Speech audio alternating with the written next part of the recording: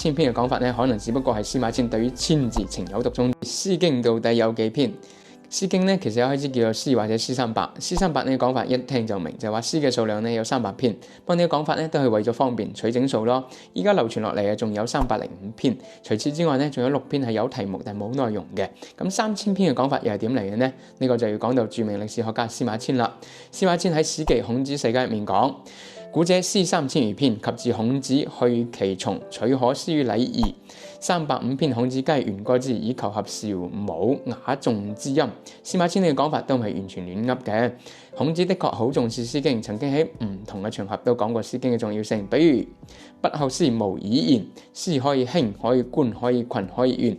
詩後尾可以成為經，同孔子關係都好大。不過喺司馬遷筆下，孔子嘅形象實在太辣手啦，3000幾篇刪到剩低300篇，清倉大平賣都唔係咁賣噶嘛。其實咧喺先秦書籍入面，依家仲流傳到一啲《詩經》冇收錄嘅零散嘅詩句，但係都唔會好多，所以大部分學者咧都認為司馬遷嘅講法唔係咁合理嘅。《詩經》可能超過311篇，但係唔會超過好多。至於3000篇嘅講法咧，可能只不過係司馬遷對於千字情有獨鍾啫。好啦，我哋今日分享就到呢度，歡迎關注我啦，係咁先，拜拜。